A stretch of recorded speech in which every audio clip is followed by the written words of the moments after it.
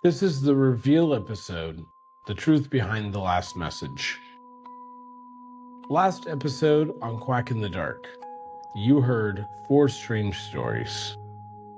A nurse working the overnight shift who received a text message from her father 3 days after his funeral. A rideshare driver who watched his passenger disappear from the back seat while the doors were still locked. A security guard who discovered someone walking behind him on security footage in a hallway where no camera had ever been installed. And finally, a podcast listener who woke up in the middle of the night to a voice telling stories that had never been recorded. 4 stories. 3 of them were fiction, but one of them actually happened. And tonight, we find out which one.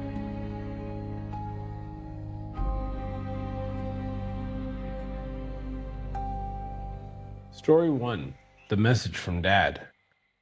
When you first heard Megan's story, it sounded almost impossible.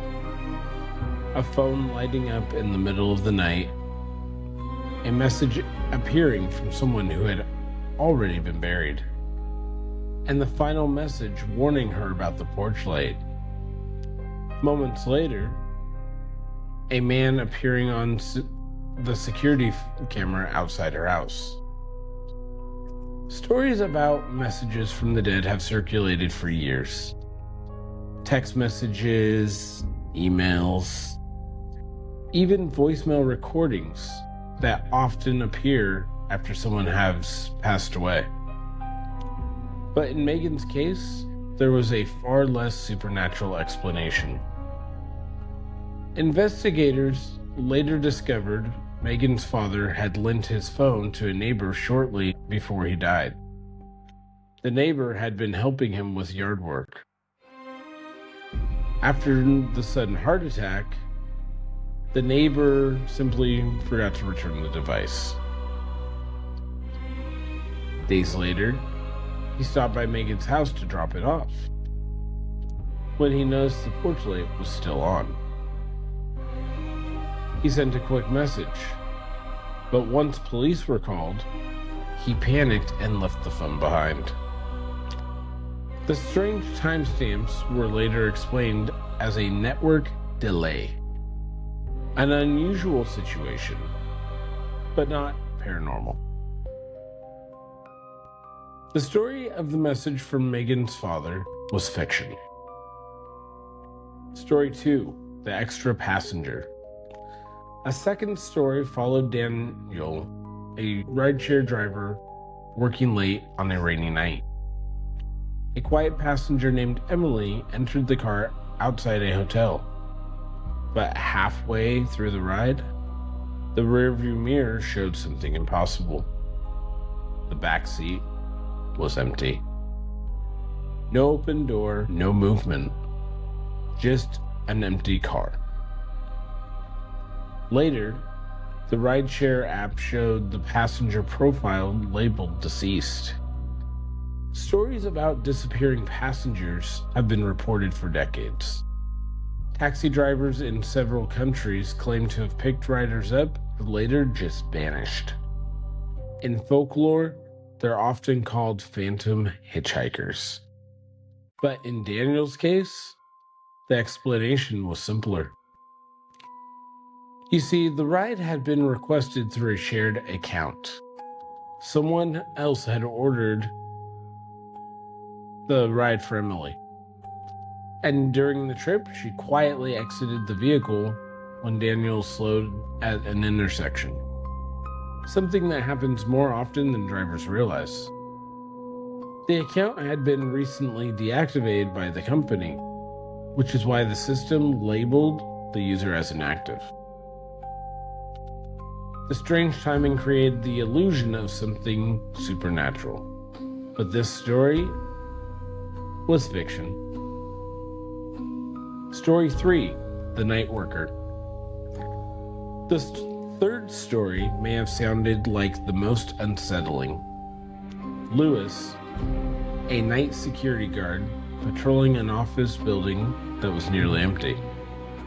The motion lights on the 5th floor suddenly turned on, even though the floor had been vacant for months. As he walked down the hallway, Lewis heard footsteps behind him. Slow, quiet, following him step by step. When he checked the stairwell, no one was there. Later that night, Lewis reviewed the security footage, and what he saw on the monitor made his stomach drop. A tall, shadowy figure was walking behind him the entire time, matching his pace, staying just a few feet back. But Lewis knew something about that hallway.